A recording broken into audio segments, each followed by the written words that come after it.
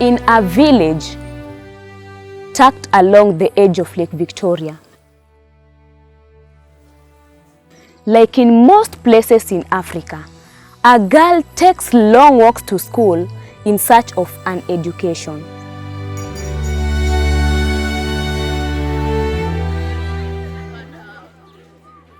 In every year, school-going girls are relocated almost 4 times, because each time it rains, then they are relocated to different places. That means they're missing schools, or they attend schools in very far places. For most, the onset of puberty comes with its share of threats that makes it hard to complete the curriculum, all the way to high school and maybe college. When school-going girls lack sanitary towels, or rather menstrual hygiene products, then that puts them at risk of teenage pregnancy, school dropout, and the vulnerability then attracts a lot of people to take advantage of them. So you know, fishermen will give them fish, and in return to having sex with them, and they use the money they sell the fish, get the money, and buy sanitary towels. So that puts them at risk of, you know, disease, infections, diseases, and, you know, dropping out of schools and early unplanned pregnancies. One thing that is so clear is that actually pregnancies are so rampant here, are extremely rampant. But you move around Bunyala South as a whole, you realize actually that almost each and every school there are at least 3-4 cases termly of pregnancies that is among the girls here. As a school, basically, like this year since 2025 began, we've had around 3 cases, of which we've actually tried the best we can as a school, because again the parents are also away, the kids stay with their grandies in the homes. We've actually tried the best we can. Like actually, as we speak, 2 of them are back in school after that is delivery. 1 is still at home. We always give them that is a second chance so that they come and do what? They actually complete their studies. But again, after more and more talking to them, more and more counseling, so that again that doesn't happen the next time round. You see how your parent teaches you how to cook. Some of our parents teach us how to receive the fish. Awareness has not been made for maybe the girls to understand that this is something that has been going through, like the exchange of sex with fish. It's traumatic to parents, because parents they don't have that courage enough to maybe tell their siblings that this happened to me and I don't want it to happen to you. They feel like the kids will keep on thinking like this happened to my mother, and maybe that can bring some traumas, and some parents don't want to talk about it because it triggers them. So they just leave us to go in that to continue with that transaction, the sex and fish. And at the shows, we experience so many different men. Men move with boats according to how fish are caught. So when they hear information that fish is around Marenga right now where we are, they're going to come. And we have some temporary houses where they're going to stay there. So those people have nothing to lose. After they are done with the fish, like the fish has migrated to other places, they'll take their boats and leave. But as they are leaving, they've leaving so many young girls who are pregnant, and that is very traumatic. Like they come with that love and you think this is going to stay. For a young girl, she'll think that this is going to stay, money will be constant, but they also have their family. They'll go back, and that is how they leave young girls at the show. Teenseed works largely around sexual reproductive health and rights, and one of the things we do is menstrual health, and we run menstrual health programs under the Paths for Progress campaign in urban informal settlements, slums if you like, and also in rural areas. We work in different counties: Busia, Kisumu, Homabay, Migori, in addition to the Nairobi program that we run. For a long time, in most communities, puberty and menstruation was hardly talked about. It was considered a topic of shame and taboo. Not anymore. Menstruation here is not whispered. It is not shameful. Young girls get to talk openly about it, and their experiences. Ukitaka kutumia hiyo, unararua karatasi, unatoa padi yenyewe, unachukua panti yako, unafunua ndani, alafu unatoa karatasi ya juu, alafu unaeka, alafu unapini huku chini. Ukimaliza, unakunja karatasi zenye umetoa kwa hiyo pad, unaziweka pamoja, alafu unavaa hiyo pad yako. Ikisha kuwa chafu, unaitoa, unachukua ile karatasi, unaweka pamoja, unakunja, unachukua tissue, unafunga, unaenda kutupa kwa choo. We are implementing a project called Pads for Progress. It is an outreach that works with vulnerable school-going adolescent girls in hard-to-reach areas like in islands and far-fetched regions in our country. Mara ya kwanza tulikutana 2023 kwa sababu ndio nimekuja hapa 2023. Nilifurahia jambo la kwanza, huduma kwa wasichana. Najua msichana ako quite vulnerable. Kuna mambo mengi ambayo yanamzonga. One, ako na threatened upande wa jinsia. Two, huyo mtoto when it comes to issues of monthly periods, mtoto asipokuwa na sanitary pads, obviously atakaa tu nyumbani. Na ukiangalia hii community, kupata tu mzazi anunulie mtoto sanitary pad inakuwa ni shida. So mtoto atakaa nyumbani for even 3-4 days kama hajakanyaga hapa. So mara ya kwanza alipokuja kakaa na watoto wangu, kaniachia hapa sanitary pads, ile nikawawekea, wamekuwa akitumia tu hivyo hivyo. Naona and they are also becoming now positive in life. Wakati wenye niliwapata walikuwa watoto ambao hawakuwa wakakamavu, but these days they are very free. Our work as Teenseed is mainly around prevention and response of violence against women and girls. And one of the ways we do prevention is through ensuring that girls have enough supplies when they're in school so that they're able to focus on their studies, they're able to progress. But also it helps us to have conversations and discussions around menstrual health, period poverty, taboos associated with menstruation, and just to generally have like a safe space for the girls to report any cases of attempted defilement or even abuse, any kind of abuse. Teenseed works in very hard to reach areas, in the rural areas, but also in very vulnerable communities, which are largely like informal settlements where there's a lot of poverty and patriarchy that predisposes women and girls to abuse, to exploitation, to human trafficking, to sexual harassment and all that. So ndiposa utoke huko ufike kwa shule, kitu kenye kinatu divide ni maji. So lazima watumie hizi boti ndogo kufika hapa.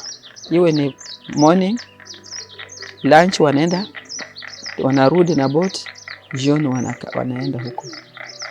Kwa sababu shule haina uwezo wa kuandika mtu kulipa.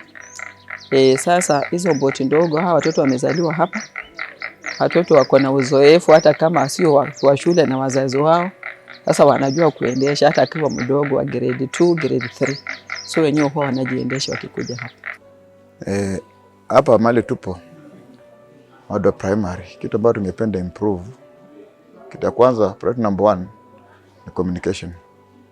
Imekuwa ni shida sana, ni challenge. Kwa sababu tuko na only one boat na izekano ambayo inavukisha watoto. Tuko kama shule tumengangana kama board, tumetengeneza boat hapa. Na hii boat vile unavyoona na kapasi kupeleka watoto michezo, kufanya shughuli zingine za shule.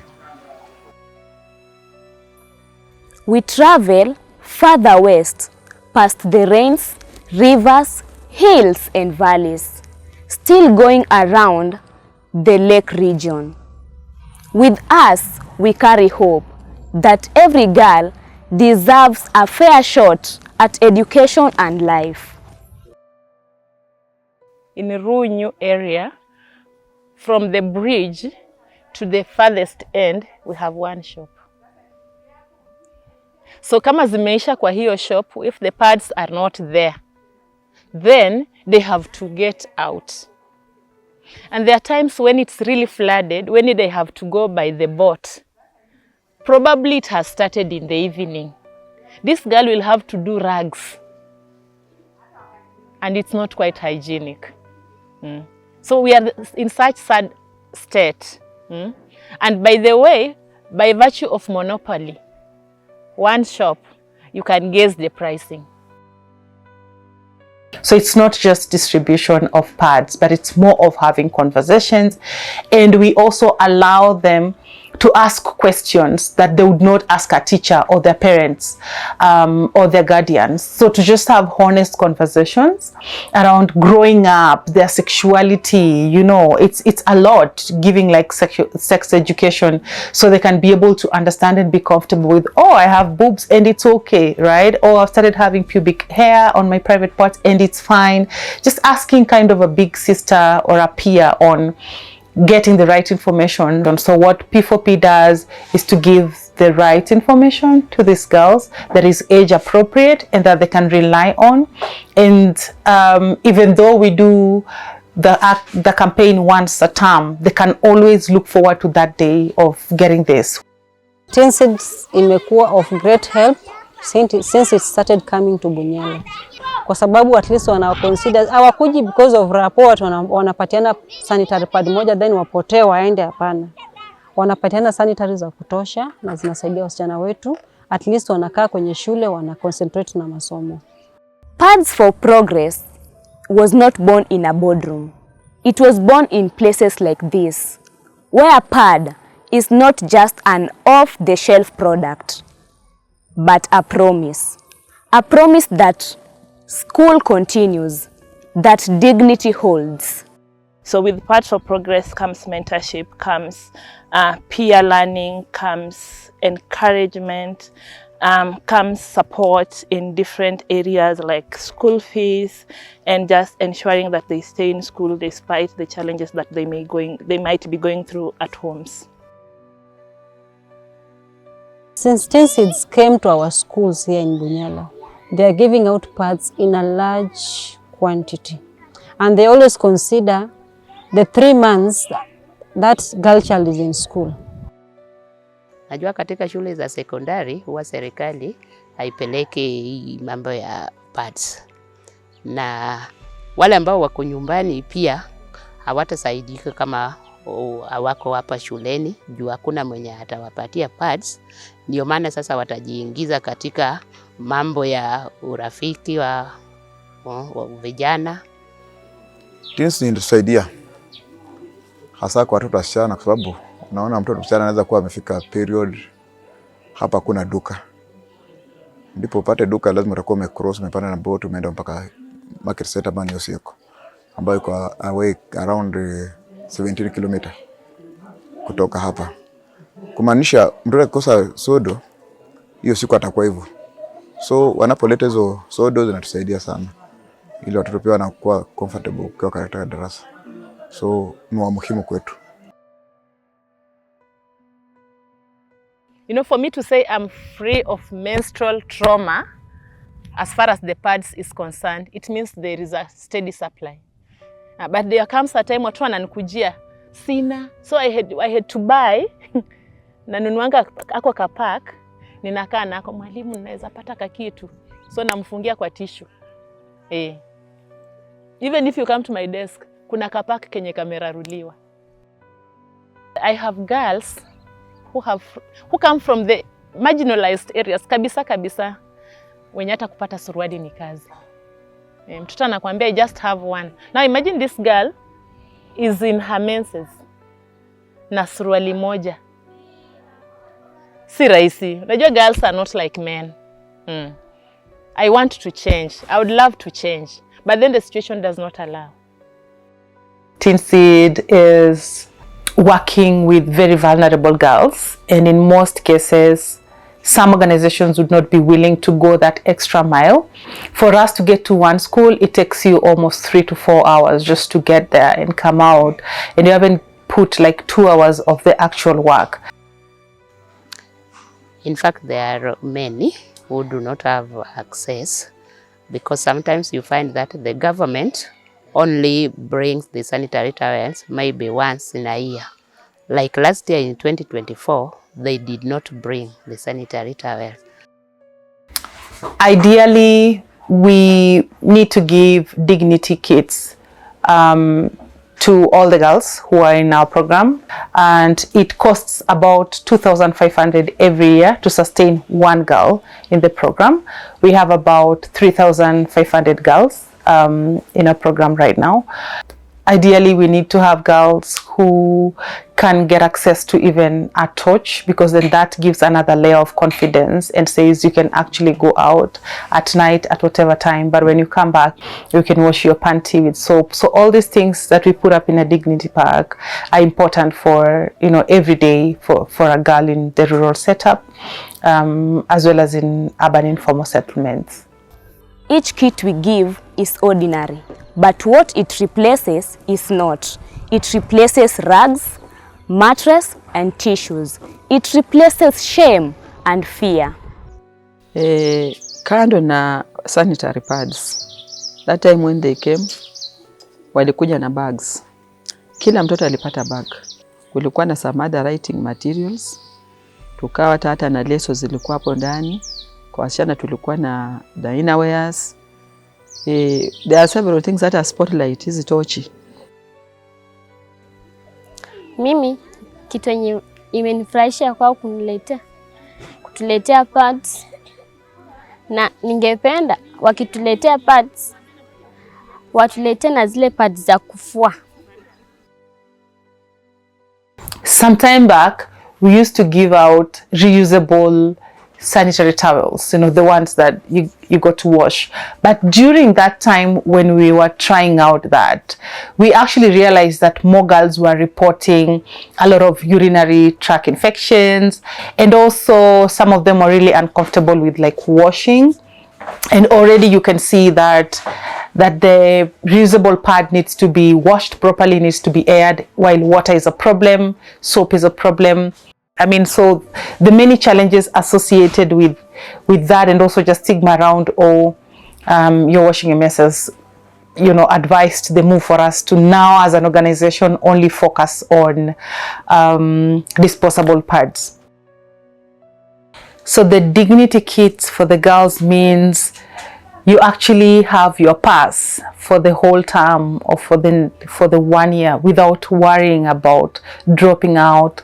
You can continue chasing your dream. You can wake up in the morning without the worry of, oh, where am I gonna get a pad? If we can be able to offer just the dignity packs or sanitary towels and information and continuous counseling, we hope that this girl can be protected from the abuse out there, and for her to just finish her primary school. And so Paths for Progress is about progress, about stepping one stone and onto another until you reach where you want to be, right? To achieve the things you want to achieve in your life. I really appreciate your coming right now. It's going to help us. Even those learners were happy. When I went to them to call them in class, I told them, do you remember those Teenseed? At yeah, muliketi pale. At yeah, tunakumbuka. Wamerudi tena. Kaniambia, mwalimu wamerudi vipi? Leo si kama siku ile. Wamerudi vizuri, wako na vitu. Wakafurahia na kwanza tukukimbia kwenda huko. In fact, you've come at the right time when we were really in need.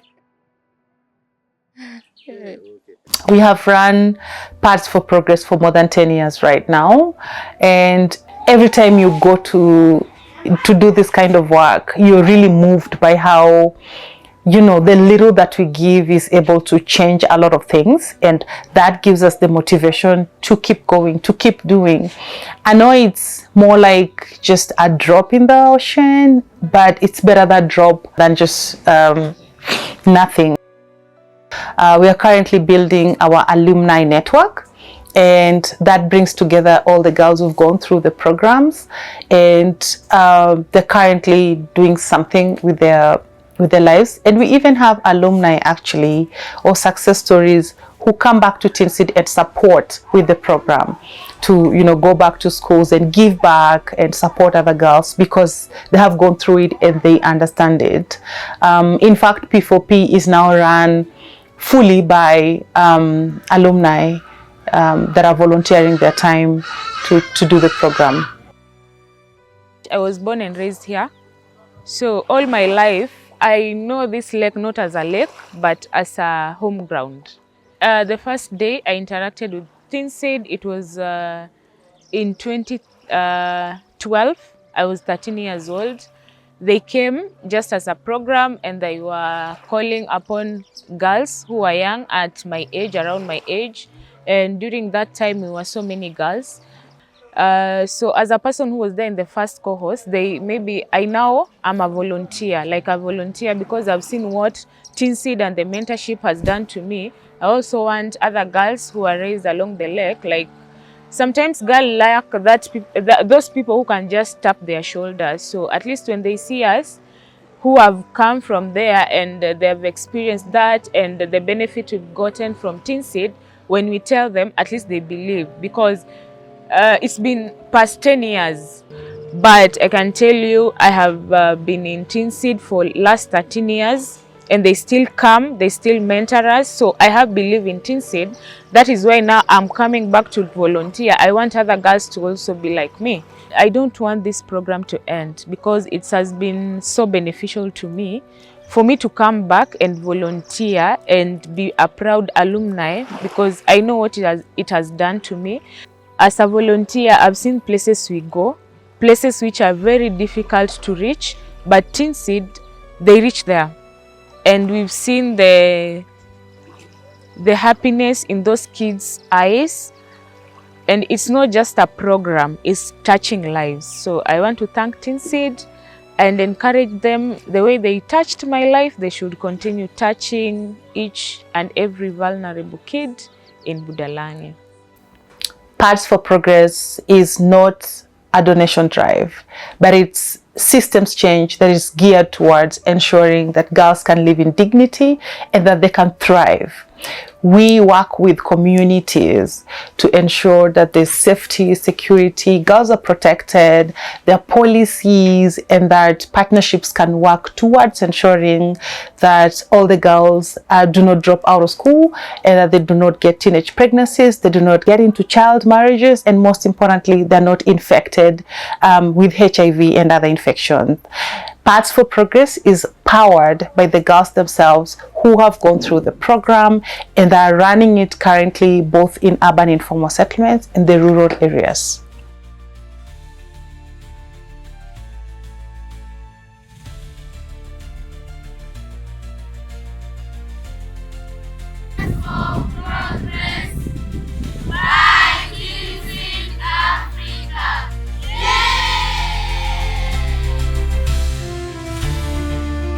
As a former Paths for Progress girl, I speak today, not as a success story, but as a proof that when a girl's body is honored, her mind can stay in school. My name is Rhoda Shireku, and this is not my story to tell. It is a chance, it is Benter's, it is yours, if you choose to listen.